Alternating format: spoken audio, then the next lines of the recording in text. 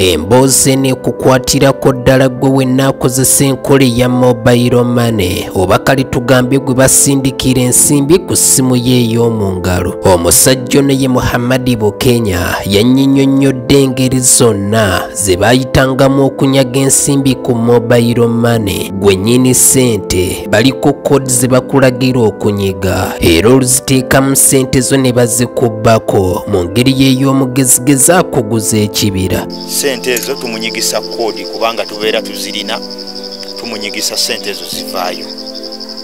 Nkusaba obutajja maaso ku mukutu Jami Radio Uganda naddala ku mutimbagano gwa YouTube kuba olunaku olw'enkya emboozi eno ndi wa kugikulambululira yonna. Muhammad alyoka atuwa obukodyo bwonna bwe baakozesanga olyoka ofune bulungi ekyokuyiga bwe balizibba olyekamanye ng'akoza n'owebwa. Olwaleero Jami omuntu bwe yeebuuza layini empandiise omuntu bamubba batya ng'asobola n'okumanyamu bye n'agamba nti simu enkubidde ebadde emmanya ga Jaliya, ebadde emmanya ga Emma, naye lwaki olwaleero tebasobola kuvaayo kukwata bantu abo? Era mu mboozi y'emu oli waakubanguka ku ngeri gy'oyinza okukolamu okwewala obufere ekikula kino. Katono nnyo ono ye Sheikh Ashraf omusomi w'edduwa Kayingo ng'edduwa ye teraba mu kizibu kyonna kikufuukidde olukokobe ate nga n'amagini tigasigala mu kifo. Nkukakasa nti ebyono kigeri kya mbogo bakyegezaamu teriiwo era mufunire ku nnamba ze ez'essimu eziri ku vidiyo eno.